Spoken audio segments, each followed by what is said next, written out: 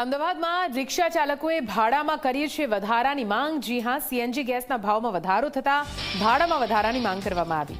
રિક્ષા ચાલક વેલફેર એસોસિએશને ભાડામાં વધારાની માંગ કરી।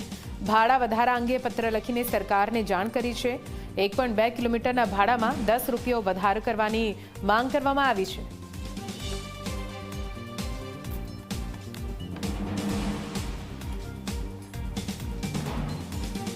છેલ્લે અમારું રિક્ષાનું ભાડું 10/6/2022 વધાર્યું હતું અને ત્યારબાદ અત્યાર સુધી 4 વર્ષનો સમયગાળો વીત્યો છતાં પણ આ રિક્ષાનું ભાડું વધારવામાં આવ્યું નથી।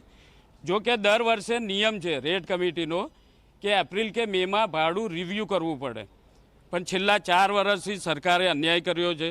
એટલે અમે નક્કી કર્યું કે હવે 1.2ના જે અમને 20 રૂપિયા મળે છે તેના અમે હવે 1.2ના 10 રૂપિયા વધારીને 30 રૂપિયા વસૂલીશું અને ત્યારબાદ દરેક કિલોમીટરના જે 15 છે એની જગ્યાએ અમે 20 રૂપિયા લેવાનું ચાલુ કરી નાખ્યું છે મુસાફરો પાસેથી।